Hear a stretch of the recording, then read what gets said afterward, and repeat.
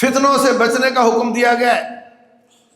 فَلْيَحْذَرِ الَّذِينَ يُخَالِفُونَ عَنْ أَمْرِهِ، جو نبی صلی اللہ علیہ وسلم کے اور اللہ کے احکام کی مخالفت کرتے ہیں ان کو ڈرنا چاہیے، ان تصیبہم فتنہ، کہ ان کو کوئی آزمائش نہ آ جائے، ان کو کوئی فتنہ نہ آ جائے، او یصیبہم عذاب علیم، یا ان کو دردناک عذاب نہ آ جائے۔ امام مالک رحمہ اللہ مدینہ کی مسجد نبوی کے مدرس تھے، وہاں درس دیتے تھے۔ ایک شخص نے آ کر پوچھا، حضرت یہاں سے 9 کلومیٹر باہر نکلیں گے، مکہ روڈ پر ذوالحلیفہ سے احرام باندھ کر عمرہ کریں گے، تو اگر میں مسجد نبوی سے ہی احرام باندھ لوں تو یہ 9 کلومیٹر بھی میرا نیکی میں ہی شمار ہو جائے، تو پھر کیا حرج ہے؟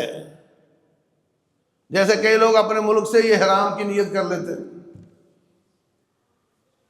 تو حضرت امام مالک کہنے لگے، یہ میرے نبی صلی اللہ علیہ وسلم کی مخالفت ہے، اور اللہ فرماتے ہیں جو میرے نبی کی مخالفت کرتا ہے اس کو یا تو کوئی فتنہ آ جائے گا یا دردناک عذاب آ جائے گا۔ نیت اچھی ہے، نیت یہ ہے کہ ان کی عبادت تھوڑی زیادہ ہو جائے گی، لمبی ہو جائے گی، مگر نبی صلی اللہ علیہ وسلم کی مخالفت ہو رہی ہے۔ ظہر کی نماز 4 رکعتیں ہیں،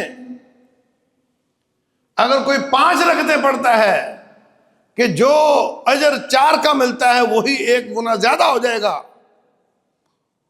وہ فتنے میں پڑ جائے گا، وہ آزمائش میں آ جائے گا، اس کی عبادت قبول نہیں ہوگی۔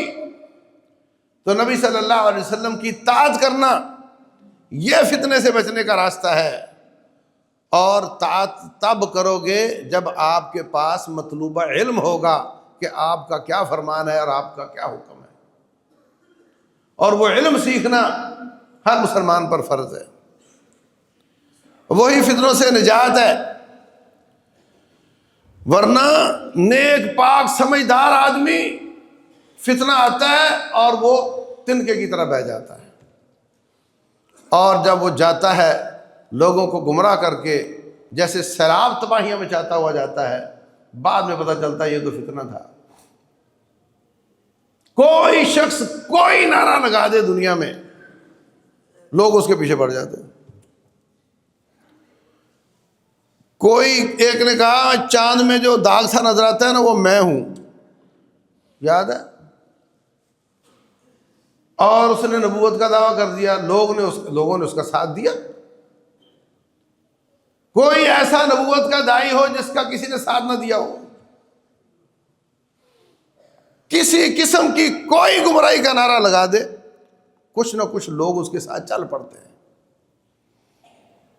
یہ وہ لوگ ہوتے ہیں جو اپنے آپ کو فتنوں کے لیے تیار رکھتے ہیں، جو بیس لیس ہوتے ہیں۔ بنیاد کو پکڑنا، مضبوط ہونا، جڑ کا مضبوط ہونا۔ جس درخت کی جڑ مضبوط ہوتی ہے وہ طوفانوں میں کھڑا رہتا ہے، اور جس کی جڑ کمزور ہوتی ہے وہ اکھڑ جاتا ہے۔ مثل کلمۃ طیبۃ کشجرۃ طیبۃ اصلها ثابت وفرعها فی السماء۔ اللہ نے اسلام کی مثال کھجور کے درخت کے ساتھ دی ہے۔ کھجور کا پودا 1 فٹ کا بھی ہو نا، اس کو اکھیڑنا بہت مشکل ہوتا ہے۔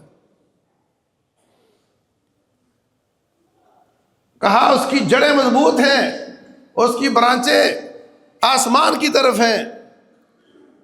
وَمَثَلُ كَلِمَةٍ خَبِيثَةٍ كَشَجَرَةٍ خَبِيثَةٍ اجتثت من فوق الارض ما لها من قرار۔ اور جو فتنہ ہوتا ہے، جو فتنوں میں پڑنے والے لوگ ہوتے ہیں، ان کی جڑ کمزور ہوتی ہے، جیسے بیل ہوتی ہے، کدو کی بیل ہو، کریلے کی بیل ہو، یا کوڑ تمے کی بیل ہو، بہت پھیلاؤ ہوتا ہے، ایک طرف چھوٹی سی جڑ ہوتی ہے، تھوڑی سی حرکت کے ساتھ جڑ اکھیڑ دو تو سارا ہی اکھڑ جاتا ہے۔ جڑ انسان کی مضبوط کیسے ہوتی ہے؟ علم کے ساتھ، نبوت کے علم کے ساتھ مضبوط ہوتی ہے۔ پھر انسان مقابلہ کر سکتا ہے ان چیزوں کا